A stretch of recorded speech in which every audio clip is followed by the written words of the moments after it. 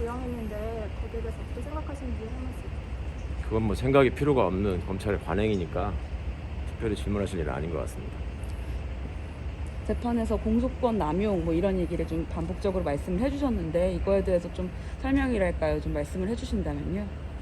간단히 말해서 검찰총장이 자신의 정치적 야욕을 위해서 만들어낸 사건이라는 것이고, 그 과정에서 법과 규정이 정하고 있는 일체의 원칙이나 절차를 지키지 않았다.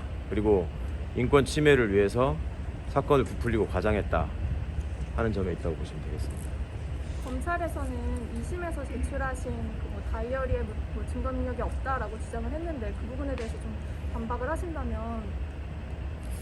기자분들은 어떻게 생각하세요? 그게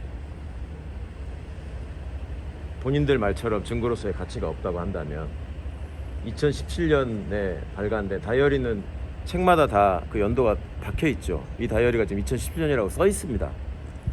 그 다이어리를 지금 어떻게 해야지 신빙성이 없어지는 거죠? 처음부터 끝까지 제가 모든 내용을 다 적어야 되는 거 아닙니까? 내용을 다 위조해야 되는 거 아니에요?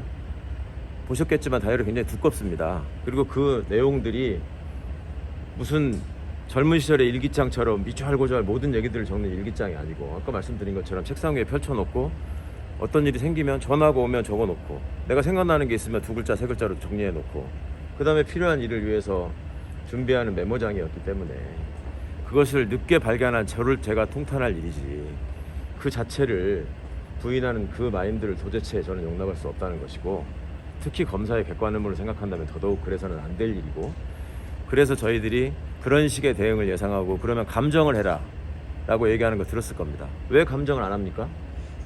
저는 확실하지 않습니까? 내가 억지로 만들어낸 거라면.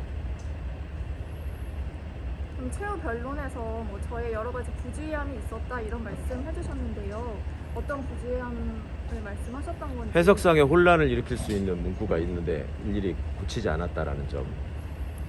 청와대에 근무하면서 검사들이 요구한 서면 진술서의 내용을 일일이 하나하나 글자를 따져가면서 제가 짚어내거나 할 여유도 없었고, 그럴 시간도 없었고, 그럴 필요성도 느끼지 못했다. 장난질이 너무나 명백한 사안이었기 때문에 그런 점을 말씀드립니다. 그러면 전직 검찰총장의 정치적 욕심에 의한 기획수사다 이렇게 말씀하셨는데 지금은 당선인이 되셨어요. 관련해서 혹시 하시고 싶은 말씀 있으십니까? 본인은 이런 저러한 과정들을 통해서 야욕을 달성한 셈이 된 거죠. 그리고 그런 과정에서 지금 저렇게 늘 법정에 나와가지고 떳떳하지 못한 업무를 해야 하는 검사들에게도, 후배 검사들에게도 심각한 부담과 피해를 준 겁니다. 임기도 마무리하지 않고 본인이 직접 지시에 의해서 직접 저지른 사건을 끝내기는 했어야 될 거 아닙니까? 책임을 져야 될 거 아닙니까? 이 사건을 이용해서 그 다음에 어떤 행보를 벌였는지 여러분들이 더 잘 아시지 않습니까? 검찰이 언론을 통해서 어떤 사실들을 흘리고 어떻게 사건을 만들어 가려고 했는지 더 잘 아시지 않습니까? 지금 결과적으로 보면 이 사람들이 얘기하는 공정이라는 게 도대체 어디서 발견될 수 있습니까? 저하고 조국 장관이 입시 부정을 하고 그래서 수많은 청년들의 가슴에 못을 박는 공정을 해친 사람들입니까? 그렇게 하는 거라면 이들이 보인 모습은 공정한 기준에 의한 공정한 잣대로 엄정하고 적법한 수사를 한 것이라고 지금 자부할 수 있습니까?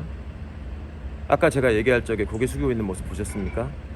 저렇게 젊은 검사들의 가슴에 못을 박은 이러한 행동에 대해서, 이러한 행태에 대해서 책임져야 합니다. 공직자로서 조그마한 사명감이라도 있다면 이런 짓을 남기고 이렇게 무책임하게 떠나서는 안 됐을 일이었습니다.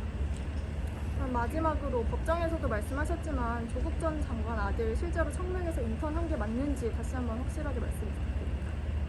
왜 물어보시는 거죠? 물어볼 수 있는 질문이라고 생각하는데요. 몰라서 실제로... 물어보시는 건지. 아니죠.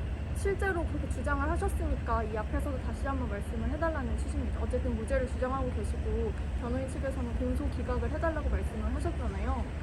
그러니까 어떤 이유에서 무죄를 생각하시는지 충분히 질문 드릴 수 있는 거라고 생각합니다. 법정에서 충분히 들으셨던 걸로 알고 있고, 네. 그 전에 과정을 통해서 분명한 활동이 있었다는 얘기를 수십 차례 드린 바 있고, 그와 관련한 기록이 제출돼 있다는 것도 알고 계시고,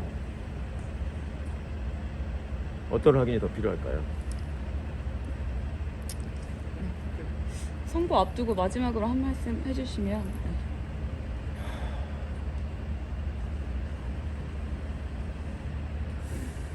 검언유착이라는 얘기를 시중에서 많이 씁니다.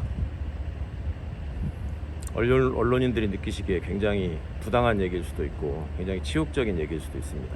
하지만 드러난 현상을 보면 검찰은 소위 특별수사기법이라는 이름으로 기획수사를 할 때마다 늘 써왔던 수법이고, 그 과정에서 단독 보도를 해야 된다는 욕심에, 특종을 해야 된다는 욕심에 언론이 거기에 현혹된 것도 사실입니다. 이런 점들이 극복되지 않으면 대한민국의 사법정의는, 저는 그래도 나름의 무슨 신분을 가진, 나름의 지위를 가진 사람이었기 때문에 이렇게 언론에 관심도 받고 이렇게 여러분들 앞에서 항변도 하고 말씀드릴 기회가 있지만, 물론 이렇게 말씀드린다고 해서 전부 다 보도가 되지도 않겠지만 이런 기회라도 얻지만, 수많은 사람들이 이러한 기회도 박탈당한 채, 여러 절차도 다 무시당한 채 그저 일방적인 얘기와 보도에 의해서 자신의 인격과 삶이 파괴되고 있다. 이런 점에 대해서 꼭 한번 저희가 같이 고민했으면 좋겠습니다. 고맙습니다.